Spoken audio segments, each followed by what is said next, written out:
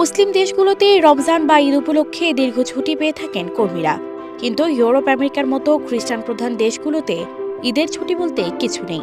তাও যদি হয় রেস্তোরাঁ কর্মী, তাহলে তো ছুটির প্রশ্নই ওঠে না।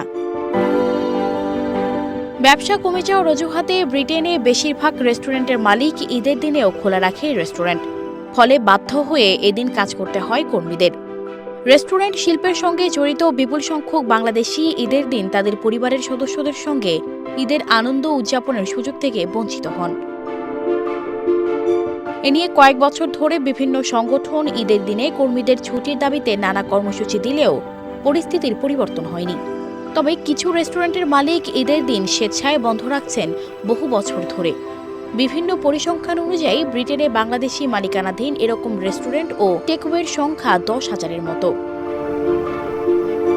এ অবস্থা থেকে বেরিয়ে এসে মানবিক ভূমিকা রেখে চলেছেন সিলেট শহর থেকে বিলেতে যাওয়া আব্দুল মজিদ মাসুদ ও জায়েদ আহমেদ। গত 18 বছর থেকে তাদের মালিকানাধীন কারি লিফ রেস্টুরেন্ট ঈদের দিন বন্ধ রাখেন। তারা জানান, বিলেতে অন্যান্য ধর্মে বিশ্বাসী মানুষেরা মুসলমানদের ঈদ উদযাপনকে সম্মান করে, তাই ব্যবসায় কোনো নেতিবাচক প্রভাব পড়ে না। তারা মনে করেন, কর্মীদের ঈদ উদযাপনের সুযোগ দিতে ব্রিটেনের বাংলাদেশি মালিকানাধীন সব রেস্টুরেন্ট ও টেকওয়ে ব্যবসায়ীদের প্রতিনিধিত্বকারী সংগঠন BCA UK-কে উদ্যোগ নিতে হবে। সানজিদা রহমান, প্রবাস খবর।